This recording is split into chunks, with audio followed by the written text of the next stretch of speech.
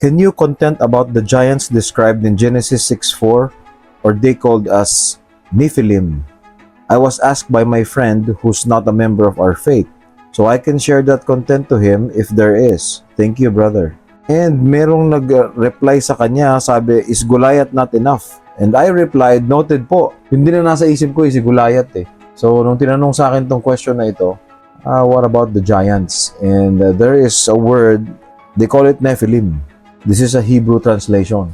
I was amazed, I was surprised. Beyond dun sa aking expectations, giants na tulad ni Goliath, iniisip ko nga dinosaur din eh. Basahin natin yan. Genesis chapter 6 verse 4. There were giants in the earth in those days, and also after that, when the sons of God came in unto the daughters of men, and they bare children to them, the same became mighty men, which were of old, men of renown.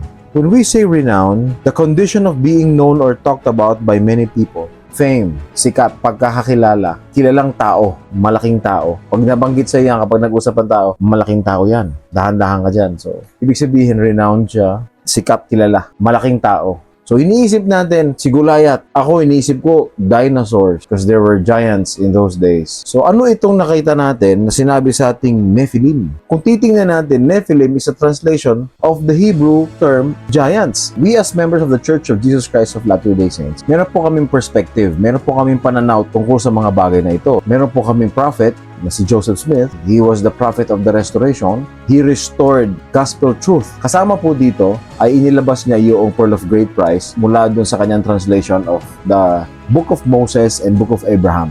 Doon po natin makikita yung cross-reference ng Genesis 6:4 na tinranslate ni Joseph Smith from Papyrus kasama yung book ni Abraham. Those are two books na mahahanap po natin sa Pearl of Great Price. Himayin po natin yan, ano? Nung sinabi niyang, can I content about the giants that was mentioned in Genesis chapter 6 verse 4 or what they called Nephilim. So doon tayo ngayon pupunta. Nagbigay siya ng giants. Nakita natin sa Genesis chapter 6 verse 4, giants din. Pero nagbanggit siya ng Nephilim. Mahanap natin na sa Hebrew pala, ang tawag ng giant sa kanila is Nephilim. Ang Old Testament ay coming from the original Hebrew translation. So kung makikita po natin doon, ang giants po doon, Nephilim ang tawag. Yun po yung translation niya. Yun ang lumabas ngayon. Giants or Nephilim. In Moses chapter 8 verse 18, and in those days there were giants on the earth, and they sought Noah to take away his life, but the Lord was with Noah, and the power of the Lord was upon him. So if they will take that literally, makakakita ka talaga ng higante.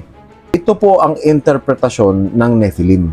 The Hebrew term Nephilim is translated as giants. This term is derived from the Hebrew verb nafal, meaning to fall. This suggests that the Nephilim were individuals who had fallen away or apostatized from the truth, rather than being literal giants or supernatural beings. Yung term na Nephilim ay galing po doon sa verb na nafal. Ibig sabihin, had fallen away, nahulog. Nahulog mula sa pagiging malakas. Nahulog mula sa pagiging tanyag na tao, malaking tao, renowned.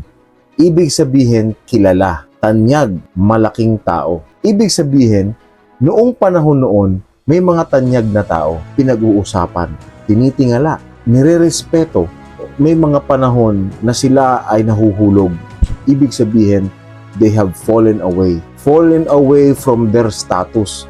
Dito ko ngayon naintindihan bakit ginagamit ko yung term na yan eh. Kapag ako ay nakakita ng mga dating mga malalakas na tao, tulad ng pagiging aktibong membro ng simbahan, mga magagaling na missionaries na naging inactive, na lumayo sa simbahan, yung mga tumalikod sa katotohanan, yun yung ibig sabihin ng sleeping giants. Ginamit ko yung term na yan. Sabi ko sa sarili ko, tutulong ako para gisingin ko yung mga natutulog ng mga giants. Ibig sabihin, hindi ko pa pala naiintindihan noon kung saan galing yung term na giants na yon. Ang gusto ko lang sabihin sa kanila na you are sleeping giants. Ibig sabihin, kapag ikaw ay tumalikod, na wala ng pananampalataya, ikaw ay minsan tiningala ng tao. Minsan ikaw ay binigyan ng mataas na respeto, binigyan ng mataas na pagtingin. That there were giants in the earth in those days. Maging sa ating panahon ngayon, meron pa rin tayong mga taong tinitingala at nirerespeto. Those are giants. Spiritual ito eh. Ang pinag-uusapan natin is spiritual. Pag ginamit natin ang banal na kasulatan, tayo ay nakikipag-usap, tayo ay naghahalintulad pang-spiritual. Ito po ang ginagamit na simbolo ng Diyos, pang-spiritual. Hindi ito scientific. Hindi natin pinoprove na talagang may higante. Ang Biblia, banal na kasulatan ay ginagamit pang-spiritual. Spiritual lamang. So dito natin maiintindihan. Giants pala ay sa Hebrews, Nephilim. At ang Nephilim ay deriving from the verb nafal. Ibig sabihin, to fall away. Giants who fall away from the truth, from being respected, being a renowned person. Kasi sinabi doon, the same became mighty men, which were of old, men of renown. Minsan na naging renowned. Ibig sabihin, sila ay itiningala, sila ay nirespeto, kinilala. So, ang Biblia po ay represented po spiritually. Sa kahanap natin ng dinosaur at saka ng gigante, tayo po ay nami-misled. Tayo po ay nalilihis doon sa katotohanan na ang hanap-hanap natin ay more Goliath. Yes, si Goliath malaki. Meron tayong Goliath sa kwento ni David. Diba? Pinatay niya si Goliath. Ang problema natin, yung Biblia ay ginagamit pang spiritual. Sana po ay nakatulong ako doon, brother. Hanggang sa muli. Maraming salamat.